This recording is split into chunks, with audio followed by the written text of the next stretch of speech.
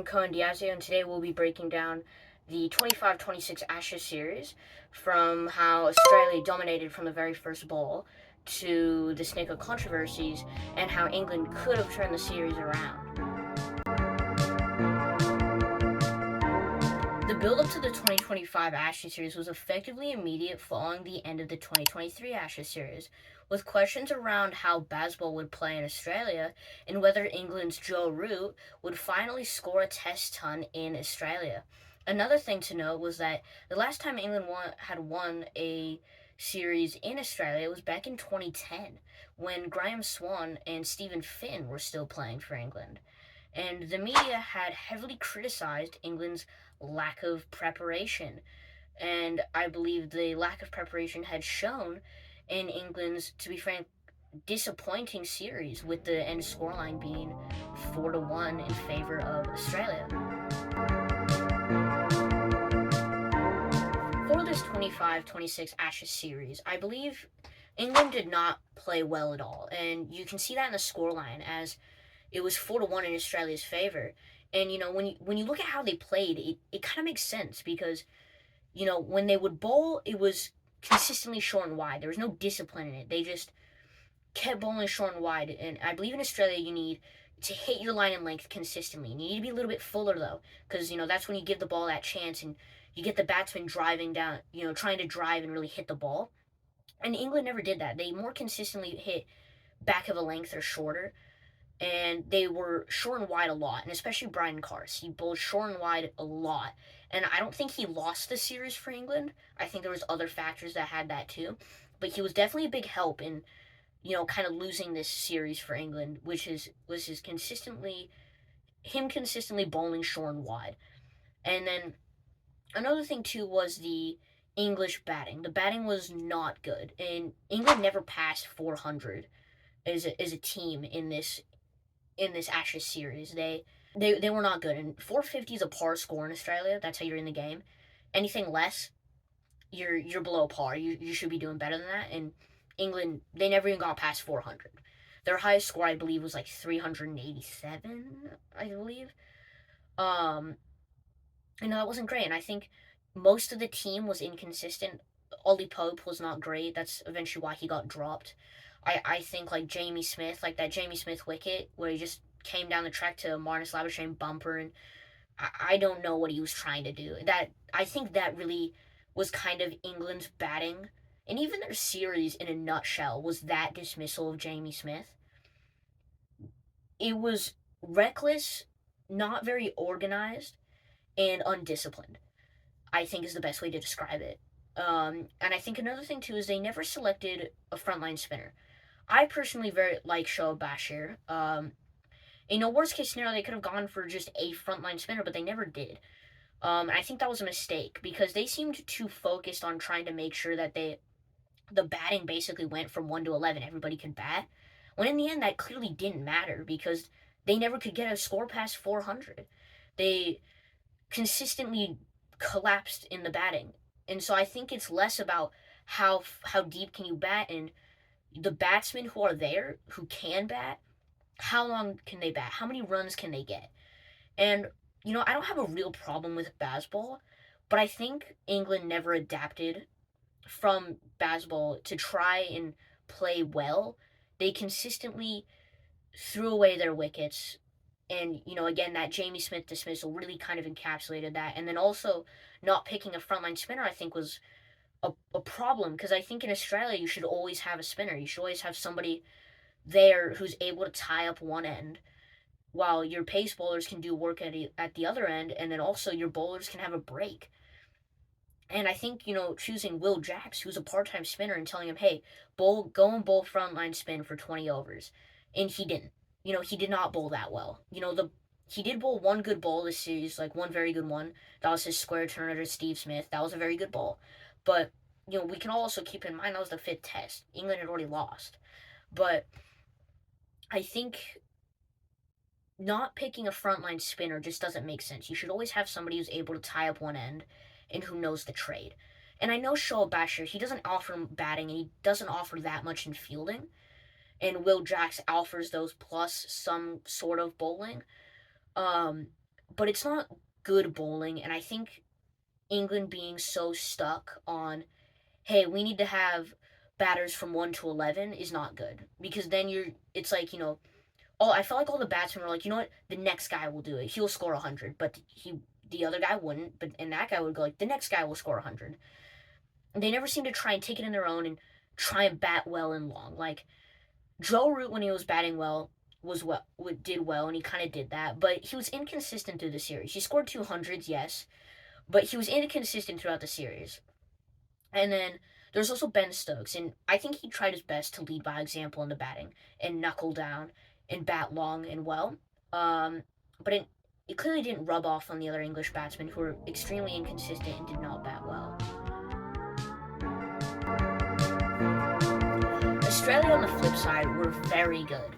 They had consistently bowled good lines and lengths and had batted well, like with Travis Head, who was attacking and capitalized on in England's bad bowling, and Mitchell Starc, a consistent wicket taker and a thorn in England's side, as he bowled very well. He top wicket taker. I think absolutely deserves, this Ashes being called Stark's Ashes, and on the other side too is that this was effectively an Australian second 11 with no Josh Hazlewood, only one game with Pat Cummins, and 2 games with Nathan Lyon. And then also an opener who struggled with OBWs because he closed himself off with the front foot. Overall, I think, it was good from Australia to capitalize on England's bad cricket, to be honest, and of course, bad from England, who just honestly, I think, played below average cricket, and I think Australia played above average cricket. And then, on the other hand, some key players for Australia were obviously Mitchell Starc and Travis Head, which, in my opinion, kind of speaks for themselves. Top run scorer, top wicket takers. And then Scott Boland and Michael Neser, I think, were very important for Australia, because they were very consistent. They would just bowl over after over, line and length. But I believe that was also entirely helped by Alex Carey, who would stand up to the stumps, because England's plan to those bowlers who just bowled line and length was to stand out and stand out of the crease and take the bowlers off their lines.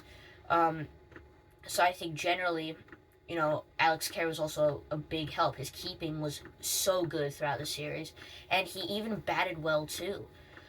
And then finally also Steve Smith.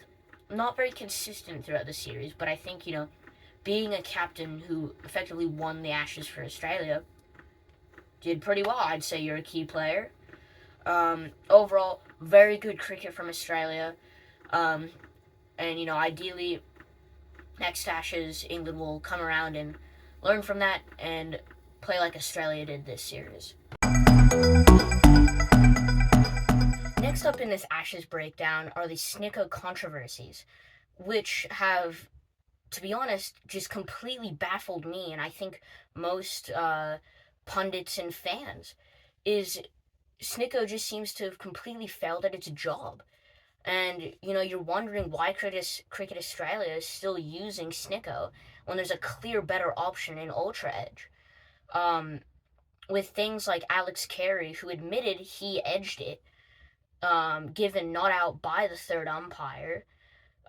Jamie Smith being given out when it looked like there was clear night and day between the bat and the ball.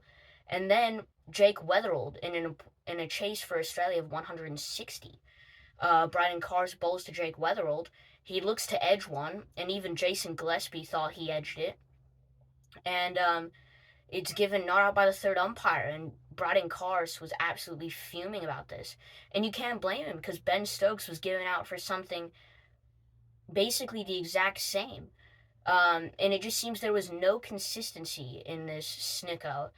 And, well, we all can hope that Cricket Australia next season will switch to Ultra Edge, the vastly superior alternative to Snicko. Overall, I think England could have improved on their bowling. It seemed, more consistent on short and wide than hitting line and length consistently, and they never seemed to pitch the ball up that much. When they did pitch the ball up, they looked a lot more threatening, but for most of the series, they were bowling short and wide, and they never looked very threatening. And the Aussie batters had a great time, and especially Travis Head, who scored over 600 runs in this series off of bad bowling from England.